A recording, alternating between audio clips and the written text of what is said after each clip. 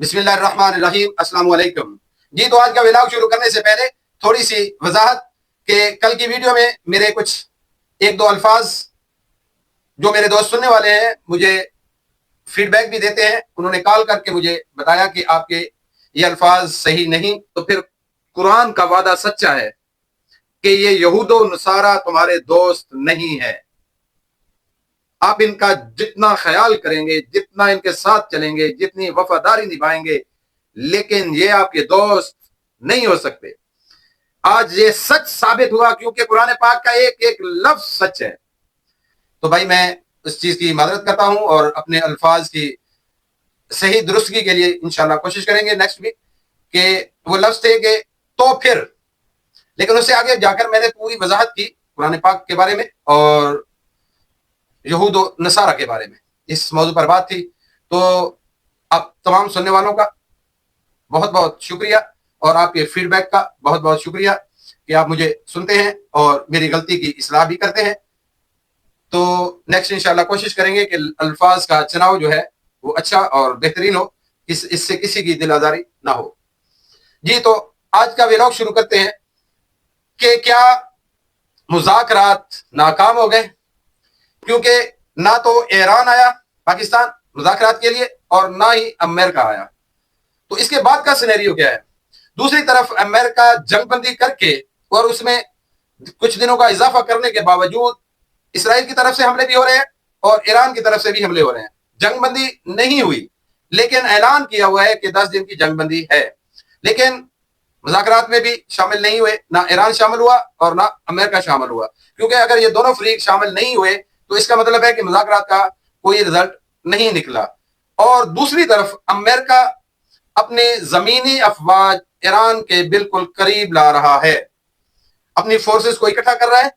3 से 4 हजार के उनके जो स्पेशल फोर्सेस के सिपाही है वो बिल्कुल ईरान के करीब आ चुके हैं कि जमीनी अटैक करने के लिए। लेकिन ईरान भी तैयार है और ये तमाम सिनेरियो इंतहाई इंतहाई खतरनाक नजर आ रहा है। आने वाले दिन शायद के वो खतरनाक हो जाए कि क्योंकि अब ईरान ये सोच रहा है कि अगर हमने एटम बम नहीं बनाया तो हमारे साथ ये कुछ हो रहा है, तो अब तो हम लाजमी एटम बम बनाएंगे। ईरान में भी ये बहस चल रही है कि अगर हम एटमी ताकत होते तो किसी मुल्क की जरूरत ना होती हमारी तरफ अटैक करने की। लेकिन क्योंकि एटमी ताकत नहीं है तो हर ऐरा गैरा नत्थु खैरा हम पर हमला कर रहा है। तो ये हकीकत है। ये बहुत पहले सोच लेना चाहिए था ईरान को, और बाकी अरब रियासतों को भी ये सोचना चाहिए कि भाई आप एटम के बगैर गुजारा नहीं है। तो ये आने वाले दिन जो है ये इंतहाई इस रीजन के लिए बहुत खतरनाक होते जा रहे हैं, क्योंकि अगर जंगबंदी नहीं होती तो फिर बाद का जो सिनेरियो है वो बहुत ही खतरनाक होगा। क्या ये तीसरी आलमी जंग का पेशखैमा साबित हो सकता है? क्योंकि इसमें रूस भी कूद चुका है।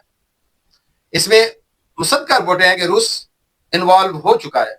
और जब रूस हो चुका है कि वो युगांडा का लगड़बग्गा है, वो कहता है कि मैं इसराइल की तरफ से लड़ूंगा, उनका फौजी कमांडर कह रहा है कि मैं इसराइल की तरफ से लड़ूंगा, तो भाई तू भी आ जा, तेरी कमी रह गई है तो अब तुम्हें भी देख लेते हैं।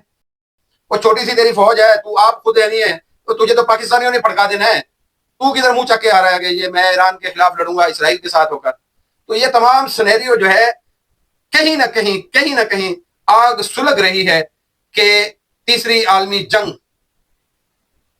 दरवाजे पर खड़ी है। क्योंकि जो पसूड़ी अमेरिकी सदर ट्रंप ने डाली है दुनिया में, ये पसूड़ी खत्म नहीं होगी। उसका नाम अब मिस्टर ट्रंप नहीं, मिस्टर पसूड़ी रखना चाहिए।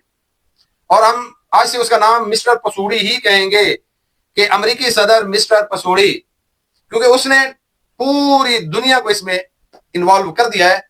और इस वक्त कोई मुल्क ऐसा नहीं है जो इस जंग से मुतासर ना हो। कोई एनर्जी की वजह से, तेल गैस हर चीज की वजह से हर मुश्किल इस वक्त मुल्क परेशान है। तो हर मुल्क इन्वॉल्व है। ये तीसरी आलमी जंग दरवाजे पर खड़ी है।